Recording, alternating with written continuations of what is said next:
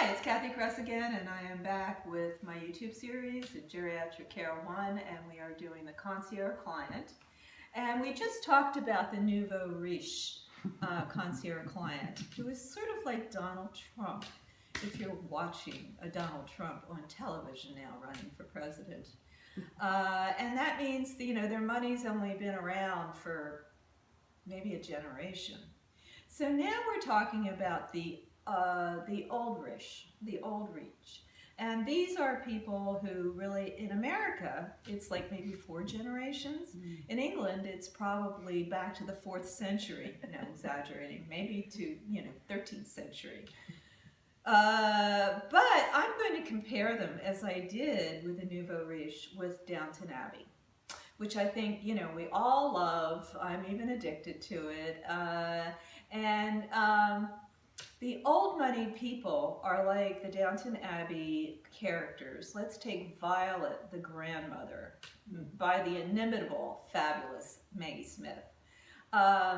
She lectures everyone in keeping the old rules. That's very important to her.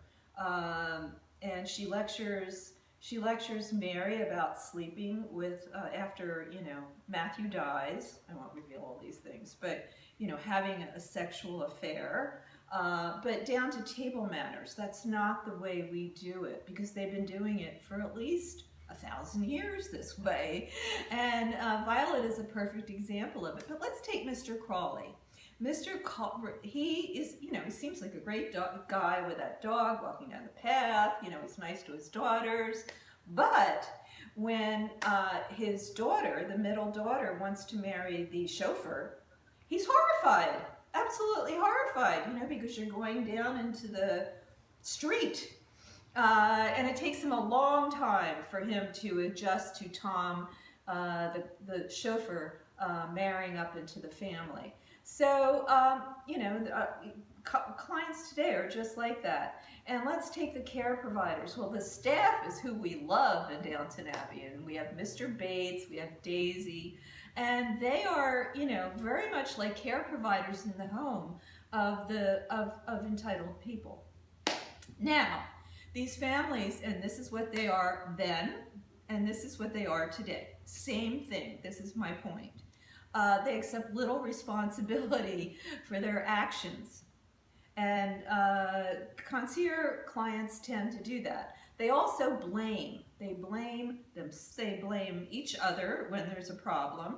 They blame you, the care manager. They certainly blame the staff. They want to fire them all the time. And that doesn't happen in Downton Abbey.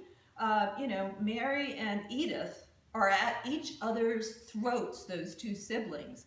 Well, they're entitled, and that's exactly the way you're going to find a concierge client today. They're not easy keepers for you to have.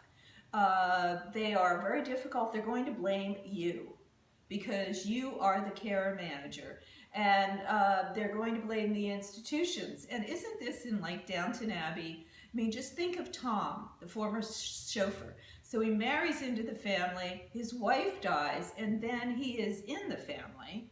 And he's like the care manager because he's running the estate now. He's got all these new ideas, and Mr. Crawley's horrified. Oh my God, you're going to change the way we've done things for 1,000 years? But he's the care manager. He's thinking of all the ways they can adapt to post-World War economy. He's right on. They don't want to change. So, and they blame Tom. He's only a commoner. And these families find fault with the staff. Oh my God. I mean, don't you know that in Downton Abbey? Well, they're going to do that with the staff that you place there. Off of their head. I worked in Pebble Beach and Carmel, and I would tell you that I have so many people that fired 10 care providers on, ridiculous reasons. Well, you can see the people at Downton Abbey, even though I think that family's very nice, the care providers are flying out left and right. I mean, they're not care providers, but they really are. They're the staff. And the most important role that you can really play here, and I'm making fun of them, is that you are really, in a wonderful way, a change agent for these families. And they have to change like every other family does in aging. But they basically come to you to try to remedy the problems. And look at Tom in Downton Abbey.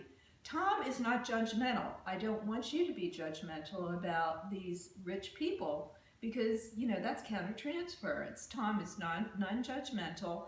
He accepts the family as who they are and very softly suggests ways that they don't have to go bankrupt. That's really what he's talking about because everything's changed post World War I. And he's a care manager, and you need to do that as well because this family, the entitled family, just like any family in aging, is facing an enormous change because they have to care for an older person now. In Downton Abbey, they're facing an enormous change. World War I wreaked havoc on everything that you knew. So I will see you next time, and go to my website, cathycress.com, and I will see you at that next juncture.